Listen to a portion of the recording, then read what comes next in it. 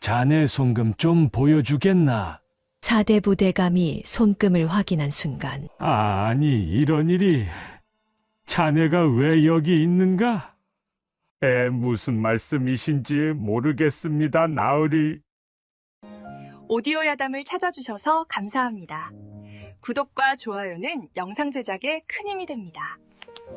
옛날 옛적 경기도 어느 산골 마을엔 바보 머슴 하나가 살고 있었답니다. 이름은 돌쇠. 25살이 넘었건만 말은 더듬거리고 눈은 초점이 없었지요. 마을 사람들은 모두 돌쇠를 바보라 여겼답니다. 돌쇠는 마을 부자 김진사 댁에서 머슴으로 일했어요. 아침이면 소염을 주고 낮이면 단 메고 저녁이면 장작 패는 일을 했지요. 힘은 장사였으나 머리는 모자란다고 모두들 그렇게 생각했답니다. 마을 사람들은 돌쇠를 볼 때마다 혀를 찼어요. 장터에 나가면 아이들이 돌쇠를 보고 손가락질을 했지요. 돌쇠는 그저 헤헤 웃기만 했답니다.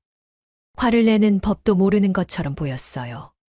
돌쇠에게는 늙은 유모 한 사람만이 있었답니다. 유모의 이름은 강씨. 60이 넘은 할멈이었지요. 강씨 할멈은 마을 끝자락 허름한 초가에서 돌쇠와 단둘이 살았어요. 저녁이 되어 집에 돌아오면 강씨 할멈이 보리밥을 내왔답니다. 밤이 되면 두 사람은 작은 방에 마주 앉았어요. 촛불 하나가 방을 겨우 밝히고 있었지요. 강씨 할멈은 매일 밤 한숨을 쉬었답니다. 20년이란 세월 동안 가슴을 졸이며 살아왔거든요. 마을 사람들은 아무도 몰랐답니다. 돌쇠가 바보가 아니라는 것을, 말 더듬고 눈 풀린 것도 모두 연기라는 것을, 그리고 돌쇠의 진짜 정체가 무엇인지는 더더욱 몰랐지요. 어느 봄날이었어요. 마을에 소문이 퍼졌답니다. 한양에서 큰 양반이 내려온다는 소문이었지요. 홍대감이라는 분이 오신다는 것이었어요. 홍대감은 한양에서도 이름난 관상가였답니다. 사람의 관상과 손금을 보고 미래를 꿰뚫어 본다고 했지요. 마을 사람들이 수군거렸어요. 홍대감께서 지방 순방을 하시는데 우리 마을에도 들르신다는 것이었답니다. 김진사 댁에 머무신다고 했지요. 이 소식을 들은 김진사는 크게 기뻐했어요. 한양의 유명한 양반이 자기 집에 머문다니 얼마나 영광스러운 일이겠습니까? 김진사 댁은 발칵 뒤집혔답니다. 하인들이 분주히 오가며 청소를 하고 음식을 준비했지요. 마름 최서방이 소리쳤어요. 돌쇠가 헐레벌떡 달려왔답니다. 최서방은 돌쇠에게 마당을 깨끗이 쓰라고 명령했지요. 돌쇠는 고개를 끄덕이고 빗자루를 들었어요. 다음 날 오후 홍대감의 행차가 마을에 도착했답니다. 가마가 멈추고 홍대감이 내렸지요. 60줄의 노인이었으나 눈빛만은 형형했어요. 흰 수염에 도포를 입은 모습이 선비 같으면서도 어딘가 범접하기 어려운 기운이 있었답니다. 김진사가 황급히 나와 절을 올렸어요. 아이고 대감마님, 먼 길 오시느라 고생이 많으셨습니다. 홍대감이 고개를 끄덕이며 대답했지요. 수고가 많았소. 하루 묵어가려 하니 폐를 끼치게 되었고요. 아이고 무슨 말씀을, 저희 집에 오신 것이 영광이옵니다. 김진사는 홍대감을 사랑채로 안내했어요. 최고급 음식상이 들어왔고 술도 나왔답니다. 홍대감은 천천히 식사를 하며 마을 이야기를 들었지요. 저녁 무렵이었어요. 홍대감이 산책을 하고 싶다고 했답니다. 김진사가 안내를 하겠다고 나섰지만 홍대감은 혼자 거닐고 싶다고 했지요. 홍대감은 천천히 마당을 거닐었어요. 그때였답니다. 마당 한 구석에서 장작을 패고 있는 사내가 보였지요. 헐벗은 옷에 먼지투성인 머슴이었어요. 홍대감은 무심코 그쪽을 바라보았답니다. 머슴은 돌쇠였어요. 돌쇠는 눈 초점 없이 장작을 패고 있었지요. 도끼를 들어 올릴 때마다 힘은 좋아 보였으나 표정은 멍했답니다. 홍대감이 돌쇠 쪽으로 걸어갔어요. 돌쇠는 홍대감을 보고 화들짝 놀라며 도끼를 내려놓았답니다. 그리고 허둥지둥 절을 올렸지요. 아, 아이고, 나리. 말을 더듬는 돌쇠를 보며 홍대감은 가만히 서 있었어요. 뭔가 이상한 느낌이 들었답니다. 홍대감은 평생 수천 명의 얼굴을 봐왔지요. 그런데 이 머슴의 얼굴에서는 묘한 기운이 느껴졌어요.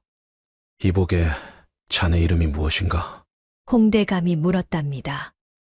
돌쇠가 바닥만 보며 대답했지요. 돌쇠라고 합죠. 나이는 25이죠. 홍대감이 돌쇠의 얼굴을 자세히 들여다보았어요. 눈은 풀려 있고 입은 반쯤 벌어져 있었답니다. 영락없는 바보의 모습이었지요.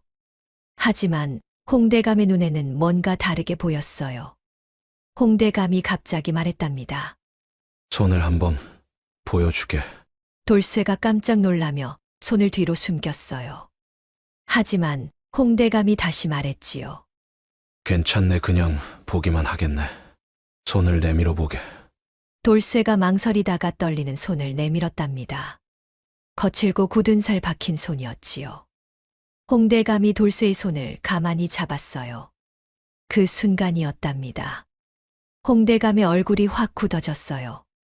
눈이 휘둥그레졌지요. 홍대감은 돌쇠의 손금을 자세히 들여다보았답니다. 한참을 들여다보더니 손을 놓지 않고 계속 바라보았어요. 돌쇠는 영문을 몰라 어리둥절했답니다. 홍대감의 손이 떨리기 시작했지요.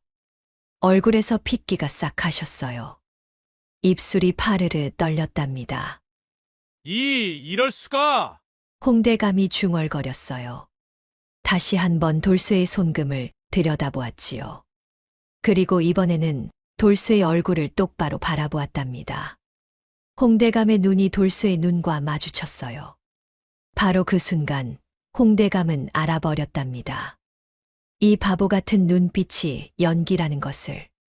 저 눈 속 깊은 곳에는 날카로운 빛이 숨어 있다는 것을요. 홍대감은 뒤로 한 걸음 물러났어요. 그리고는 믿을 수 없다는 표정으로 돌쇠를 바라보았답니다. 입을 벌렸다 다물기를 여러 번 했지요. 자네는? 홍대감이 떨리는 목소리로 물었어요. 하지만 돌쇠는 여전히 바보처럼 헤헤 웃기만 했답니다. 홍대감은 주변을 둘러보았지요. 다행히 아무도 없었어요. 홍대감이 낮은 목소리로 말했답니다. 자네 지금 당장 따라오게. 아무에게도 말하지 말고. 그리고는 황급히 사랑채로 향했지요. 돌쇠는 멍하니 서 있다가 뒤를 따라갔답니다. 사랑채에 도착한 홍대감은 문을 굳게 닫았어요. 그리고는 돌쇠를 앉히더니 한참을 말없이 바라보았지요. 촛불이 두 사람의 얼굴을 비추고 있었답니다. 드디어 홍대감이 입을 열었어요. 20년을 찾았네. 돌쇠가 여전히 바보 연기를 하고 있었어요. 하지만 홍대감은 단호하게 말했답니다. 이제 그만 연기를 그치게. 자네가 누구인지 내 알고 있네. 그 말에 돌쇠의 몸이 굳어졌어요. 한참을 그렇게 있다가 천천히 고개를 들었답니다. 그리고 홍대감을 똑바로 바라보았지요. 돌쇠의 눈빛이 변했어요. 초점 없던 눈에 날카로운 빛이 서렸답니다. 더듬거리던 말투도 사라졌지요. 낮고 침착한 목소리가 나왔어요. 대감께서는 누구십니까? 홍대감이 긴 한숨을 쉬었답니다. 그리고 떨리는 목소리로 말했지요. 나는 20년 전 그날 자네 아버지를 구하지 못한 죄인일세. 촛불이 흔들렸답니다. 돌쇠와 홍대감은 한참을 말없이 마주 보고 있었지요. 밖에서는 저녁 준비하는 소리가 들렸어요. 하지만 사랑채 안은 고요했답니다. 홍대감이 먼저 입을 열었어요. 목소리가 떨리고 있었지요. 자네가 정말 그분의 아들이란 말인가? 돌쇠는 대답하지 않았답니다. 다만 홍대감을 빤히 쳐다볼 뿐이었지요. 경계하는 눈빛이었어요. 20년을 바보 연기를 하며 살아온 사람의 눈빛이었답니다. 홍대감이 다시 말했어요. 돌쇠의 손금을 보고 깜짝 놀랐다고 했답니다. 그 손금은 왕후장상의 손금이라고 했지요. 하지만 손금보다도 돌쇠의 얼굴이 너무나도 닮았다고 했어요. 자네 아버지 좌이정 전공을 말일세. 그 이름을 듣는 순간 돌쇠의 몸이 굳어졌답니다. 좌이정 전공. 20년 전 영모로 몰려 삼족이 멸해진 그 이름이었지요. 홍대감이 천천히 이야기를 시작했어요. 목소리는 낮았지만 또렷했답니다. 20년 전 조정에는 두 파벌이 있었지요. 하나는 좌이정 전공을 따르는 청렴한 선비들이었어요. 다른 하나는 영의정 이상백을 따르는 권력 세력이었답니다. 전공은 백성을 사랑하는 청렴한 재상이었어요.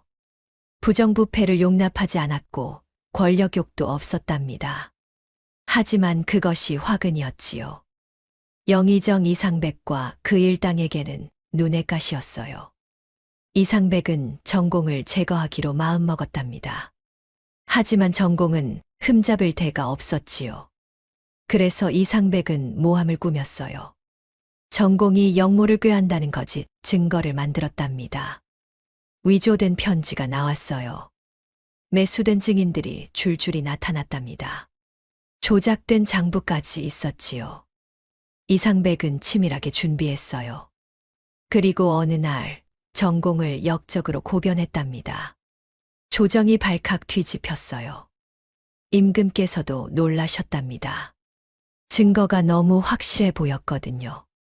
전공은 부인했지만 소용없었어요. 신문을 받고 고문을 당했답니다. 하지만 끝까지 결백을 주장했지요. 홍대감은 그때 사헌부 관리였답니다. 전공의 사건을 조사하는 일을 맡았지요. 홍대감은 뭔가 이상하다는 것을 느꼈어요. 증거가 너무 완벽했답니다. 너무 완벽해서 오히려 의심스러웠지요. 홍대감은 몰래 조사를 시작했어요. 증인들을 다시 만나보고 편지를 자세히 살펴봤답니다. 그리고 진실을 알아냈지요. 모든 것이 조작이었던 거예요. 증인들은 돈을 받고 거짓말을 했답니다. 편지는 누군가 전공의 필체를 흉내낸 것이었지요. 장부도 위조된 것이었어요. 홍대감은 급히 상소를 올렸답니다. 전공이 무고하다고 외쳤지요.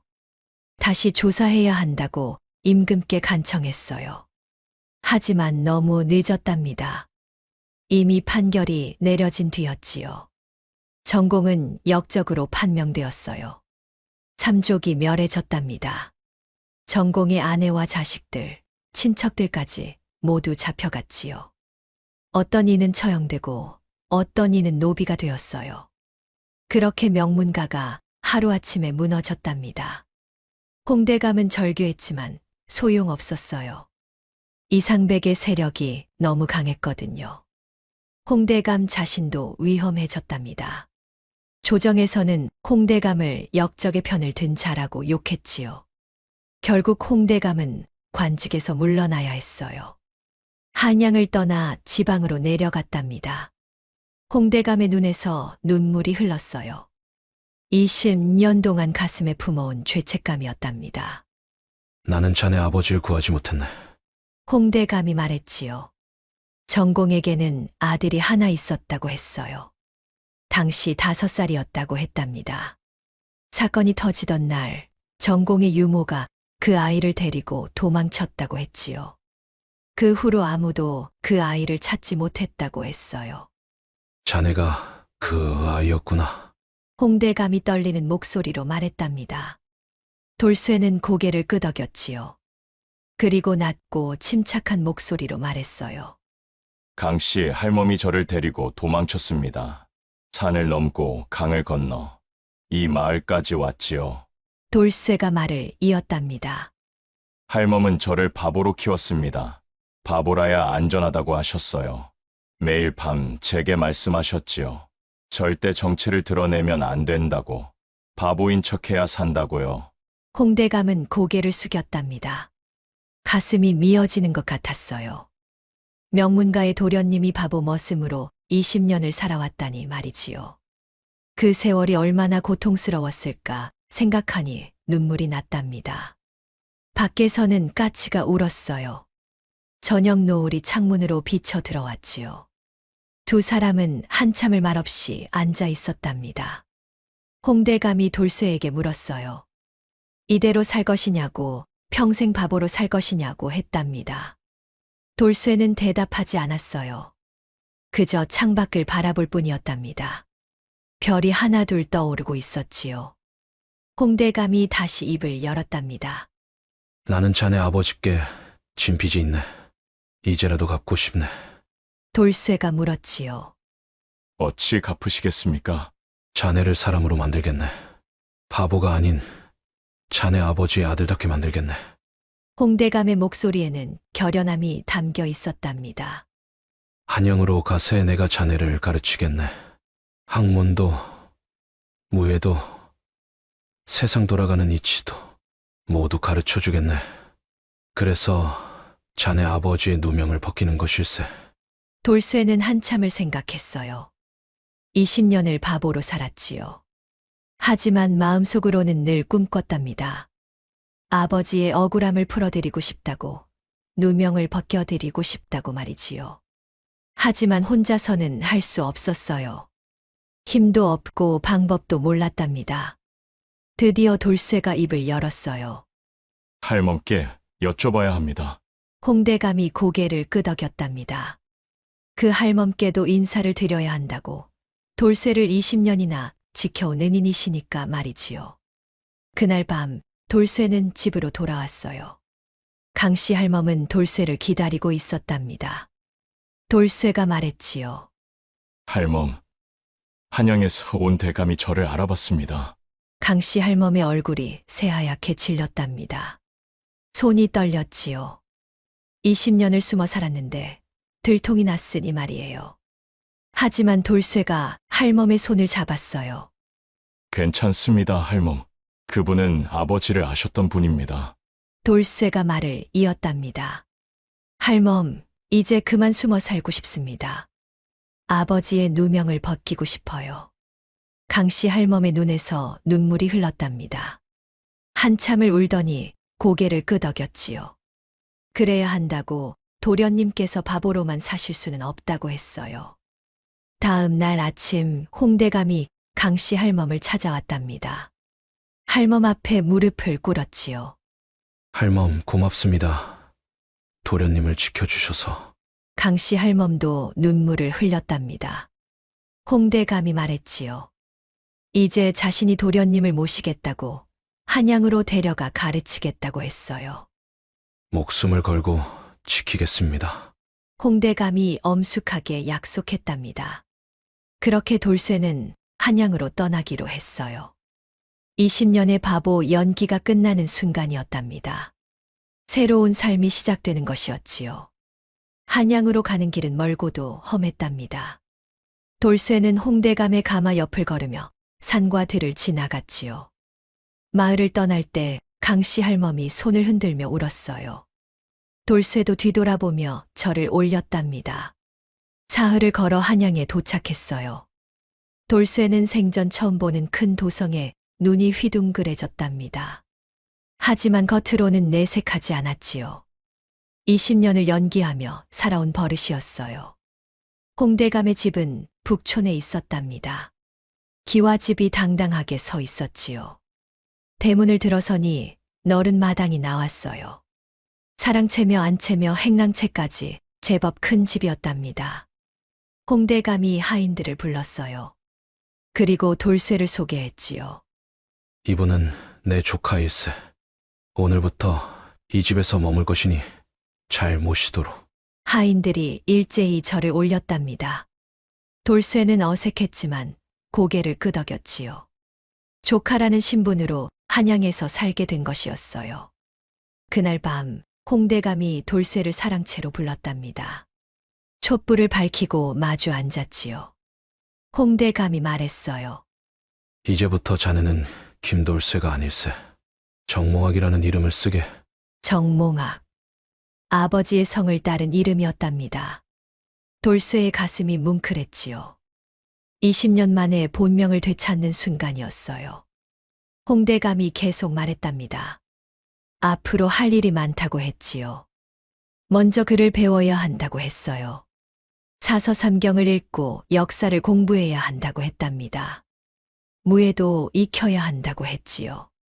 그래야 세상에 나가 당당히 설 수 있다고 했어요. 대감님, 저는 글을 조금 압니다. 돌쇠가 조심스럽게 말했답니다.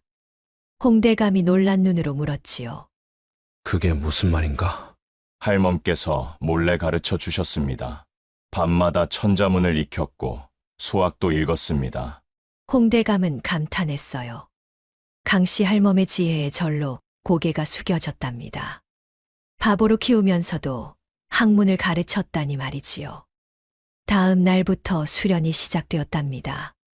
새벽 일찍 일어나 마당에서 검수를 익혔어요. 홍대감이 직접 가르쳤지요. 홍대감은 젊은 시절 무과에 급제한 적이 있었답니다. 검술 실력이 뛰어났어요. 몽아기는 금방 검술을 익혔답니다. 몸놀림이 빨랐고 힘도 좋았지요. 홍대감은 흐뭇해했어요. 역시 전공의 아들답다고 생각했답니다. 오전에는 학문을 배웠어요. 홍대감이 사설을 가르쳐 주었답니다. 논어, 맹자, 대학, 중용. 몽아기는 밤을 새워가며 글을 읽었지요. 20년을 바보로 살았던 세월이 아까웠어요. 하루라도 빨리 배우고 싶었답니다. 오후에는 글씨를 연습했어요. 붓을 잡고 한자를 썼답니다. 처음에는 손이 떨렸지요. 하지만 점점 나아졌어요. 한 달이 지나자 제법 글씨다운 글씨가 나왔답니다. 저녁에는 역사를 공부했어요. 고려와 조선의 역사를 배웠답니다. 임금과 신하들의 이야기를 들었지요. 그러다 아버지 전공의 이야기가 나오면 몽아기의 가슴이 아려왔어요. 밤에는 혼자 생각에 잠겼답니다. 창밖을 바라보며 별을 세었지요. 아버지는 어떤 분이셨을까? 어머니는 어떤 모습이셨을까 궁금했어요. 기억이 나지 않았답니다. 너무 어렸을 때 헤어졌거든요. 세월이 흘렀답니다. 1년, 2년, 3년. 몽아기는 놀라운 속도로 성장했어요. 학문도 무예도 일취월장했답니다. 홍대감은 감탄을 금치 못했지요. 어느 날 홍대감이 몽아기를 불렀어요. 사랑채에 앉아 차를 마시며 말했답니다. 몽아가 이제 과거를 준비해야 할 테일세. 과거. 양반의 자식이라면 누구나 꿈꾸는 시험이었지요. 급제하면 관직에 나갈 수 있었어요. 하지만 몽아기는 걱정이 되었답니다. 대감님, 제 신분이 들통나면 어찌 됩니까? 홍대감이 웃으며 말했지요. 걱정 말게 자네는 내 조카로 족보에 올려놓은 아무도 의심하지 않을 것일세. 홍대감은 이미 모든 것을 준비해 놓았답니다. 위조된 족보가 아니라 정식으로 양자를 드린 형식이었지요. 홍대감에게는 자식이 없었어요. 그래서 조카를 양자로 삼는 것은 자연스러운 일이었답니다. 몽아기는 과거 준비에 매진했어요. 경서를 외우고 시를 짓는 연습을 했답니다. 밤낮 없이 공부했지요. 홍대감도 옆에서 도와주었어요. 드디어 과거 시험날이 왔답니다. 성균관 앞에는 수많은 선비들이 모여 있었지요. 몽아기도 그들 사이에 섞여 들어갔어요. 가슴이 두근거렸답니다. 시험장에 들어가 문제를 받았어요. 어려운 문제였지만 몽아기는 침착하게 답을 썼답니다. 3년 동안 배운 것을 모두 쏟아냈지요. 붓이 종이 위를 달렸어요. 시험이 끝나고 나왔답니다. 홍대감이 밖에서 기다리고 있었지요. 어떠했나? 최선을 다했습니다. 몽아기가 담담하게 대답했어요. 홍대감이 고개를 끄덕이며 말했답니다. 결과는 하늘에 맡기자고 최선을 다했으면 된다고 했지요. 보름 후 방이 붙었답니다. 급제자 명단이 성균관 앞에 나붙었어요. 사람들이 우르르 몰려가 확인했지요. 몽아기도 홍대감과 함께 갔답니다. 명단을 보는 순간 몽아기의 눈이 커졌어요. 자신의 이름이 있었답니다. 그것도 상위권에 말이지요. 급제한 것이었어요. 홍대감이 돌쇠의 어깨를 두드렸답니다. 눈에 눈물이 글썽였지요. 잘했네. 몽아가 정말 잘했네. 몽아기도 눈물이 났어요. 20년을 바보로 살다가 이제 관직에 나가게 되었답니다. 아버지께 조금이나마 다가가는 기분이었지요. 하지만 기쁨도 잠시 몽아기는 다짐했답니다. 이것은 시작일 뿐이라고, 진짜 목표는 아버지의 누명을 벗기는 것이라고 말이지요. 며칠 후 관직 임명이 내려왔어요. 몽아기는 승문원 정자로 임명되었답니다. 낮은 관직이었지만 시작으로는 나쁘지 않았지요. 홍대감이 말했답니다. 이제부터가 진짜라고 조정에서 실력을 인정받아야 한다고 했어요. 그래야 더 높은 곳으로 올라갈 수 있다고 했답니다. 대감님, 감사합니다. 저를 여기까지 이끌어 주셔서. 몽아기가 깊이 절을 올렸어요. 홍대감이 몽아기를 일으키며 말했답니다. 아직 멀었네. 이제 겨우 첫걸음일 뿐이야. 앞으로 갈 길이 멀다네. 몽아기는 고개를 끄덕였답니다. 그날 밤 몽아기는 혼자 하늘을 올려다보았어요. 별이 총총했지요. 아버지, 제가 이제 벼슬아치가 되었습니다. 반드시 아버지의 누명을 벗겨드리겠습니다. 돌쇠가 하늘을 향해 속삭였답니다. 바람이 불어왔어요. 따뜻한 바람이었답니다. 세월은 물 흐르듯 흘렀답니다. 돌쇠, 아니 정몽학은 조정에서 착실하게 자리를 잡아갔지요. 승문원에서 일을 시작한 지 3년이 지났어요. 정몽학은 성실했답니다. 맡은 일은 완벽하게 해냈지요. 문서 하나하나를 꼼꼼히 살폈고 외교 문서도 빈틈없이 작성했어요. 상관들이 정몽학을 칭찬했답니다. 저렇게 성실한 젊은이가 드물다고 했지요. 하지만 정몽학은 늘 조심했어요. 눈에 띄지 않으려 했답니다. 20년을 바보로 살며 익힌 습관이었지요. 너무 뛰어나 보이면 의심받을까 걱정했어요. 적당히 잘하되 튀지 않게 그렇게 처신했답니다. 어느 날이었어요. 임금께서 승문원에 하교를 내리셨답니다. 명나라에 보낼 외교 문서를 작성하라는 것이었지요. 중요한 문서였어요. 승문원 관리들이 모두 머리를 맞댔답니다. 하지만 문서 작성이 쉽지 않았어요. 명나라 황제께 올리는 글이라 격식이 까다로웠거든요. 한 글자라도 잘못 쓰면 외교 문제가 될 수 있었답니다. 관리들이 며칠을 고민했지만 답이 나오지 않았지요. 정몽학이 조심스럽게 의견을 냈어요. 이렇게 쓰면 어떻겠냐고 했답니다. 상관들이 정몽학의 문안을 보고 눈이 휘둥그레졌지요. 완벽했어요. 격식도 맞고 내용도 훌륭했답니다. 정정자, 자네가 이런 실력이 있었나? 상관이 놀라며 물었어요. 정몽학은 겸손하게 대답했답니다. 홍대감께 배운 것이 있어 조금 아는 척했을 뿐이라고 했지요. 그 문서가 임금께 올라갔어요. 임금께서 크게 만족하셨답니다. 누가 작성했느냐고 물으셨지요. 정몽학의 이름이 임금 귀에 들어간 순간이었어요. 며칠 후 정몽학에게 특명이 떨어졌답니다. 사헌부로 자리를 옮기라는 것이었지요. 승진이었어요. 사헌부 지평으로 임명된 것이었답니다. 홍대감이 기뻐했어요. 사헌부는 좋은 자리라고 했답니다. 관리들을 감찰하는 곳이니 경험을 쌓기에 안성맞춤이라고 했지요. 정몽학은 사헌부에서 열심히 일했어요. 부정부패를 저지른 관리들을 조사했답니다. 증거를 모으고 신문을 했지요. 공정하고 철저했어요. 뇌물을 주려는 사람들도 있었지만 정몽학은 거절했답니다. 2년이 더 지났어요. 정몽학의 명성이 조정에 퍼졌답니다. 청렴하고 공정한 관리라는 소문이었지요. 상관들도 정몽학을 믿었어요.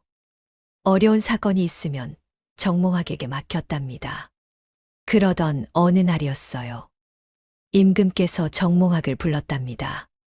대궐로 들어가니 임금께서 용상에 앉아 계셨지요. 정몽학은 엎드려 절을 올렸어요. 임금께서 말씀하셨답니다. 정몽학의 일 처리가 훌륭하다고, 그래서 중요한 자리를 맡기고 싶다고 하셨지요. 경을 의금부 도사로 임명하노라. 임금의 하교가 떨어졌답니다. 정몽학의 가슴이 쿵 내려앉았어요. 의금부, 영모와 반역 사건을 다루는 곳이었답니다. 바로 20년 전 아버지가 조사받았던 그곳이었지요. 정몽학은 머리를 조아렸어요. 감사하다는 말을 올렸답니다. 하지만 속으로는 심장이 미친 듯이 뛰었지요. 드디어 기회가 왔다고 생각했어요. 대궐에서 나온 정몽학은 곧장 홍대감 댁으로 갔답니다. 홍대감에게 소식을 전했지요.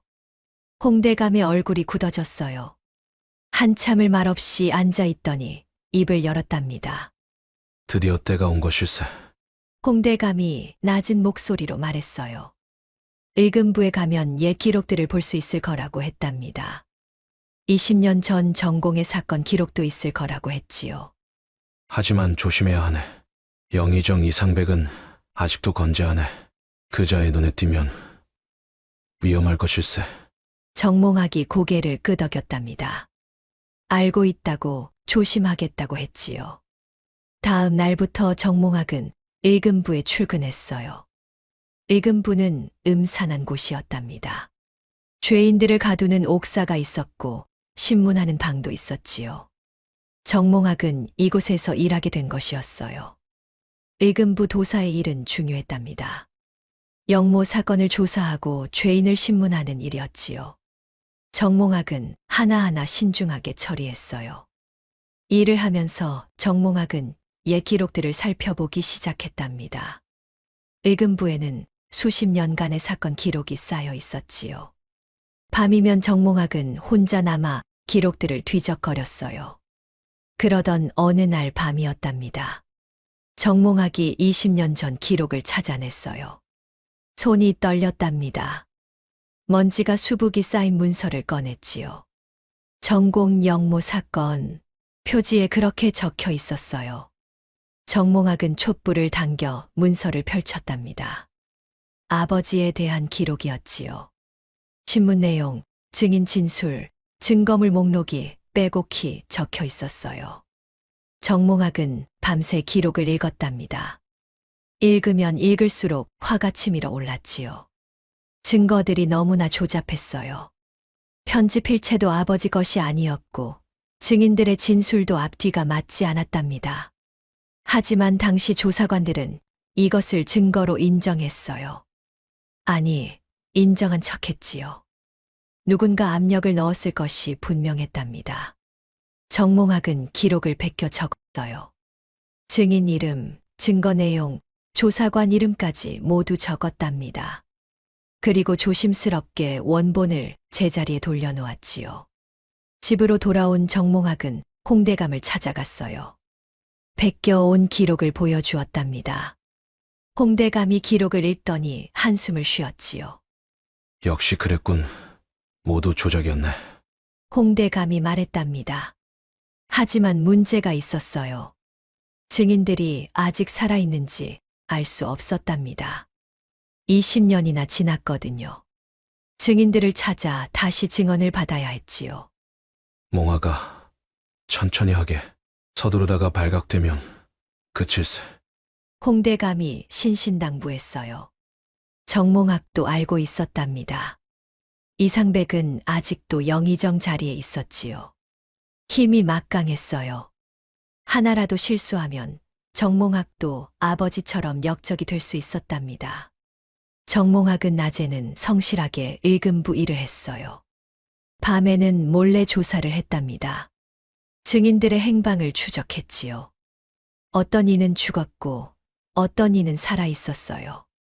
살아있는 증인들을 찾아가기 시작했답니다. 물론 정체를 숨기고요. 평범한 선비인 척하며 증인들과 술을 마셨지요. 그리고 조심스럽게 이야기를 꺼냈어요. 한 증인이 술에 취해 말했답니다. 20년 전 자신이 거짓 증언을 했다고, 돈을 받고 했다고 했지요. 양심에 찔려 평생 괴로웠다고 했어요. 정몽학은 그 말을 듣고 주먹을 꽉 쥐었답니다. 역시 조작이었던 거예요. 하지만 겉으로는 태연한 척했지요. 그저 술친구처럼 위로해주고 헤어졌답니다. 증거가 하나둘 모이기 시작했어요. 정몽학은 모든 것을 기록했답니다. 언젠가 쓸 날이 올 거라고 믿었지요. 그러던 어느 날 정몽학은 결심했어요. 이제 움직여야 할 때라고 생각했답니다. 하지만 혼자서는 안 됐어요. 임금의 허락이 필요했지요. 정몽학은 상소문을 썼답니다. 20년 전 전공 사건에 의혹이 있다고, 재조사가 필요하다고 썼어요. 하지만 아직 올리지는 않았답니다. 때를 기다렸지요. 그 때가 곧 올 것이었답니다. 기회는 뜻밖의 찾아왔답니다.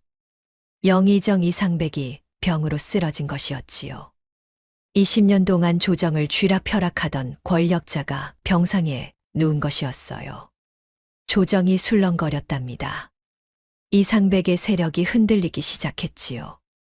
그동안 이상백을 두려워하며 입을 다물고 있던 관리들이 하나둘 목소리를 내기 시작했어요. 홍대감이 정몽학을 불렀답니다. 지금이 바로 그때라고 말했지요. 이상백이 회복하기 전에 움직여야 한다고 했어요. 몽아가 이제 상소를 올려야 할 테일세. 정몽학은 고개를 끄덕였답니다. 이미 준비는 끝나 있었지요. 상소문도 써놓았고 증거도 모아놓았어요. 다만 올릴 용기가 필요했답니다. 그날 밤 정몽학은 혼자 앉아 생각에 잠겼어요. 내일 상소를 올리면 모든 것이 바뀔 것이었답니다. 성공하면 아버지의 누명을 벗길 수 있었지요. 하지만 실패하면 자신도 역적이 될 수 있었어요. 정몽학은 창밖을 바라보았답니다. 달이 밝았지요. 25해 전 5살 어린아이였을 때를 떠올렸어요. 강씨 할멈의 손을 잡고 도망치던 그날 밤도 달이 밝았답니다. 아버지, 저를 지켜주십시오. 정몽학이 하늘을 향해 속삭였어요. 그리고 눈을 감고 잠들었답니다. 다음 날 새벽 정몽학은 조복을 입었어요. 품 안에 상소문을 넣었지요. 집을 나서는데 홍대감이 문 앞에 서 있었답니다. 가는구나. 예, 대감님. 두렵지 않은가? 정몽학이 잠시 생각하더니 대답했어요. 두렵습니다. 하지만 가야 합니다. 홍대감이 정몽학의 어깨를 두드렸답니다. 말없이 고개를 끄덕였지요. 정몽학은 절을 올리고 대궐로 향했어요. 조정에 들어서니 관리들이 모여 있었답니다. 평소와 다름없는 아침이었지요. 하지만 정몽학에게는 특별한 날이었어요. 입궐 시간이 되어 임금께서 나오셨답니다. 관리들이 일제히 절을 올렸지요. 조회가 시작되었어요. 여러 안건들이 논의되었답니다.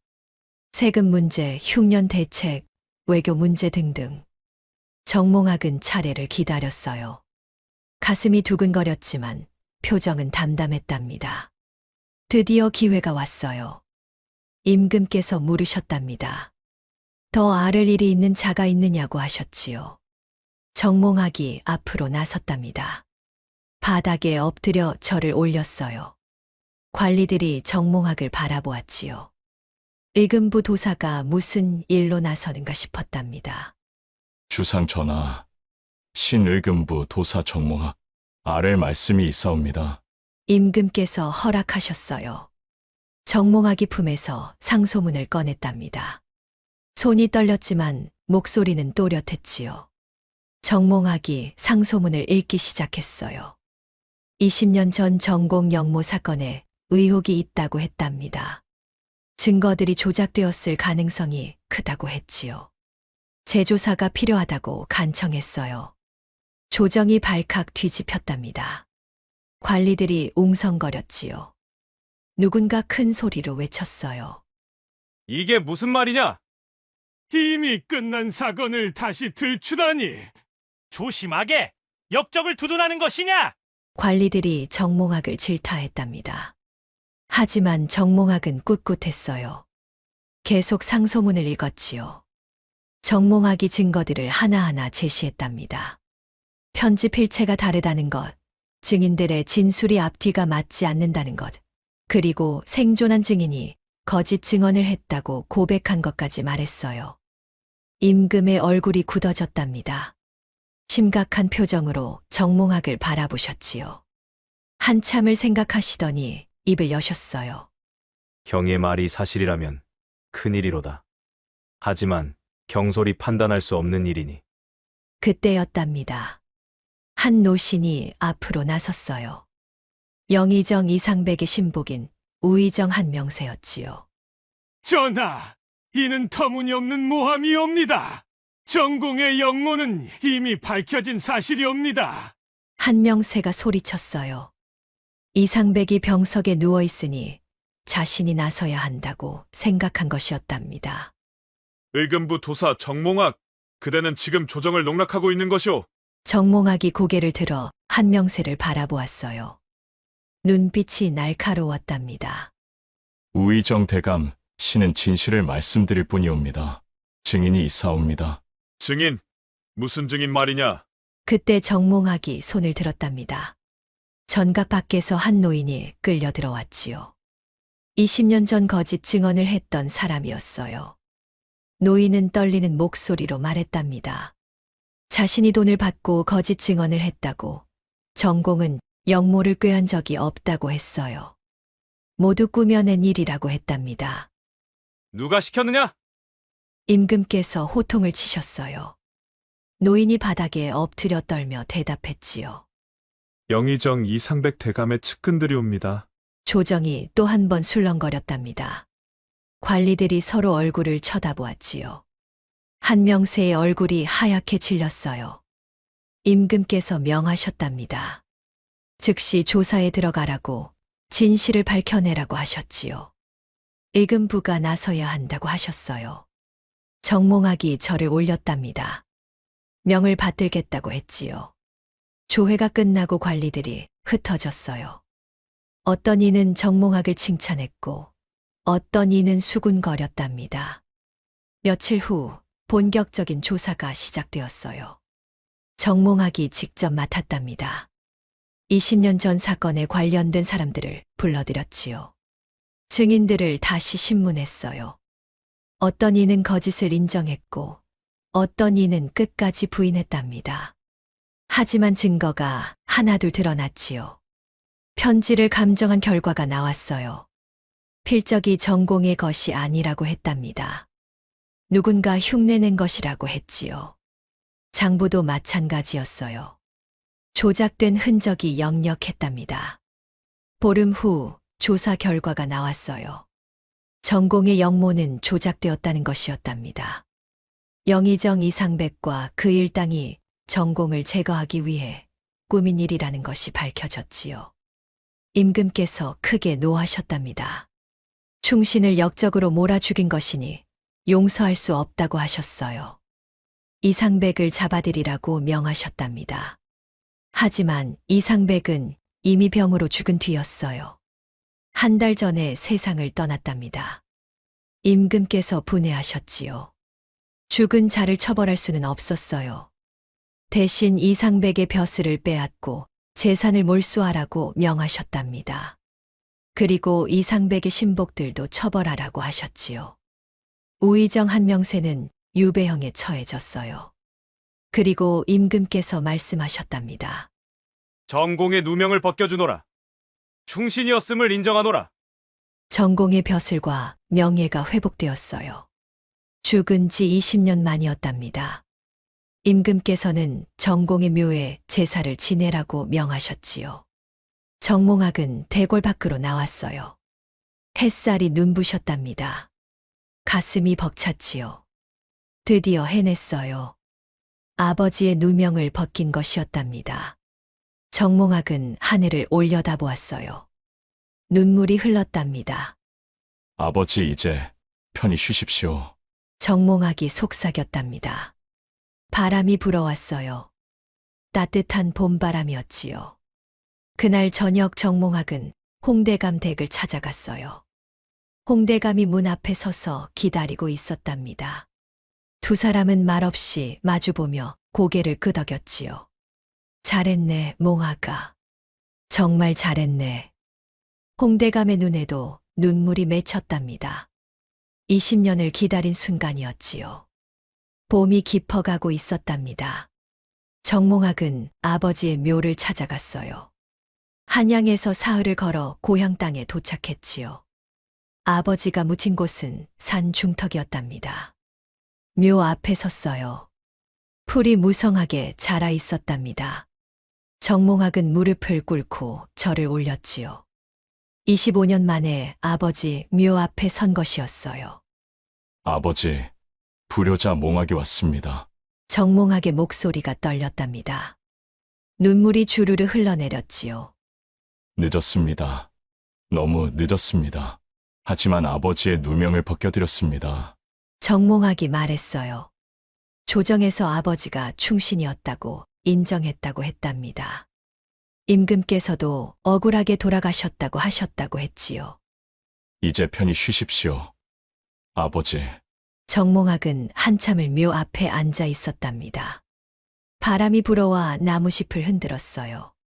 마치 아버지가 대답하시는 것 같았답니다. 해가 기울 무렵 정몽학은 일어났어요.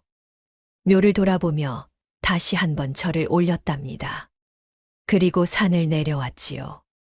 마을로 돌아왔어요. 옛날 자신이 바보 머슴으로 살던 그 마을이었답니다. 마을 사람들이 정몽학을 보고 깜짝 놀랐어요. 그 바보 돌쇠가 조복을 입고 나타났으니 말이지요. 돌쇠가 아니었나? 저게 어찌 된 일이냐? 마을 사람들이 수군거렸답니다. 정몽학은 아무 말 하지 않고 강씨 할멈이 사는 초가로 향했어요. 할멈은 마당에서 빨래를 하고 있었답니다. 정몽학을 보자 빨래를 떨어뜨렸지요. 얼굴에 놀라움과 기쁨이 동시에 스쳤답니다. 도련님. 할멈이 떨리는 목소리로 말했어요. 정몽학이 할멈 앞에 무릎을 꿇었답니다. 그리고 깊이 절을 올렸지요. 할멈, 그동안 안녕하셨습니까? 아이고, 도련님. 이게 웬일이십니까? 강씨 할멈이 정몽학을 일으켰어요. 그리고 품에 안았답니다. 두 사람은 한참을 그렇게 서 있었지요. 할멈의 어깨가 떨렸어요. 울고 있었답니다. 도련님께서 이렇게 훌륭하게 되시다니 이 할멈이 죽어도 여한이 없겠습니다. 정몽학도 눈물을 흘렸답니다.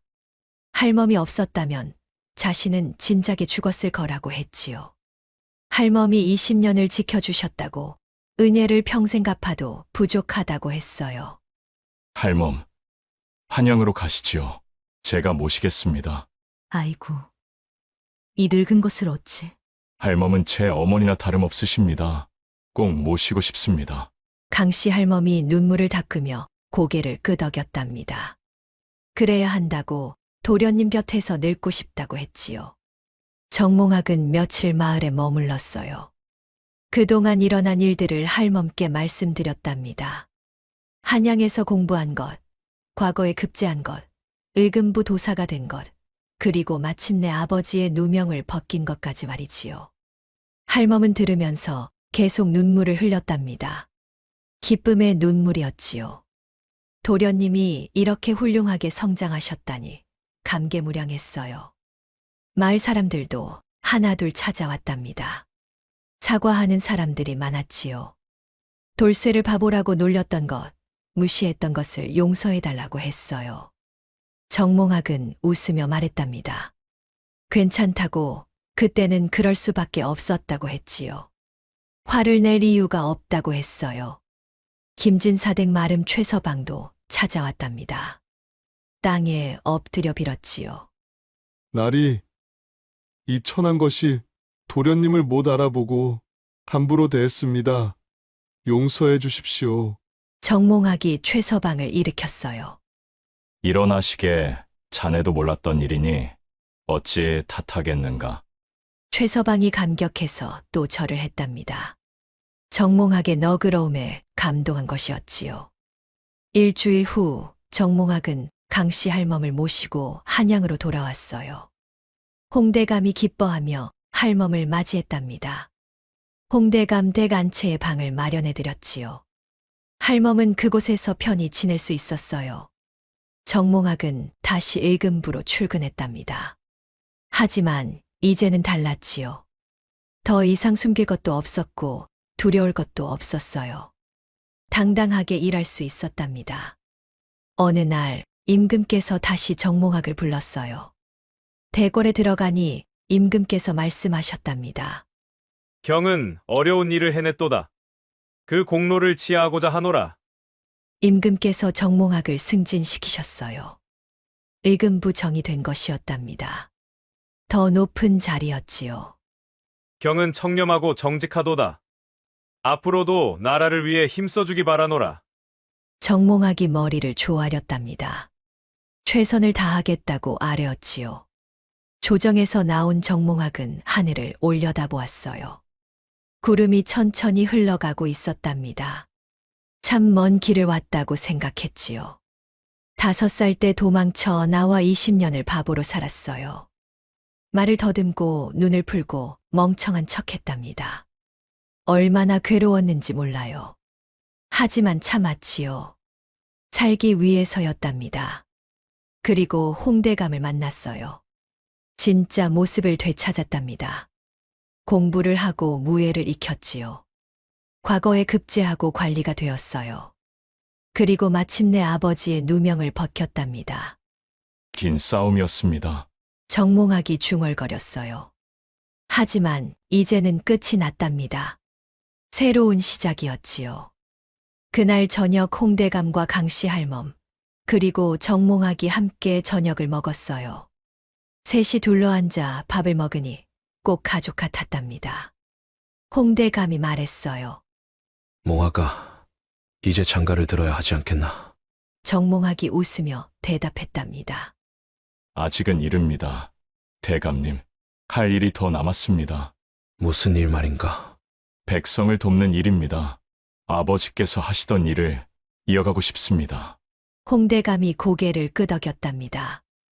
역시 정공의 아들답다고 생각했지요. 그날 밤 정몽학은 혼자 마당에 나왔어요. 달이 밝았답니다. 별도 총총했지요. 정몽학은 하늘을 보며 생각했답니다. 세상에는 아직도 억울한 사람들이 많다고, 누명을 쓴 사람들이 있을 거라고 했어요. 자신처럼 숨어 사는 사람도 있을 거라고 생각했답니다. 저는 그들을 돕겠습니다. 정의를 세우겠습니다. 정몽학이 다짐했어요. 그것이 아버지를 기리는 길이라고 믿었답니다. 세월이 흘렀어요. 정몽학은 청렴한 관리로 이름을 날렸답니다. 백성들이 억울한 일을 당하면 나서서 도왔지요. 권력 있는 자들의 부정부패를 막았어요.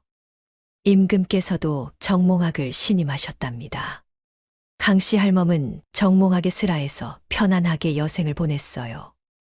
70이 넘어 세상을 떠날 때까지 정몽학이 극진히 모셨답니다. 할멈은 행복하게 눈을 감았지요. 홍대감도 80까지 장수했어요. 정몽학을 끝까지 지켜보고 떠났답니다. 정몽학은 두 분의 묘를 아버지 묘 옆에 모셨지요. 그래야 한다고 생각했어요. 정몽학은 후에 높은 벼슬에 올랐답니다. 하지만 변하지 않았어요. 여전히 청렴했고 백성을 사랑했지요. 사람들은 정몽학을 칭송했답니다. 저분이 바로 그 바보 머슴이었다지? 만내 20년을 바보로 살다가 의금부 관리가 되셨다네. 대단하신 분이야. 아버지의 누명도 벗기시고. 사람들이 수군거렸어요. 정몽학의 이야기는 입에서 입으로 전해졌답니다. 야담이 되고 전설이 되었지요. 그리고 사람들은 이렇게 말했답니다. 사람을 겉모습으로 판단하면 안 되네. 바보처럼 보여도 속은 다를 수 있으니 말일세. 그렇지. 그리고 정의는 반드시 승리한다네. 시간이 걸려도 진실은 밝혀지는 법이야. 인내심도 중요하지.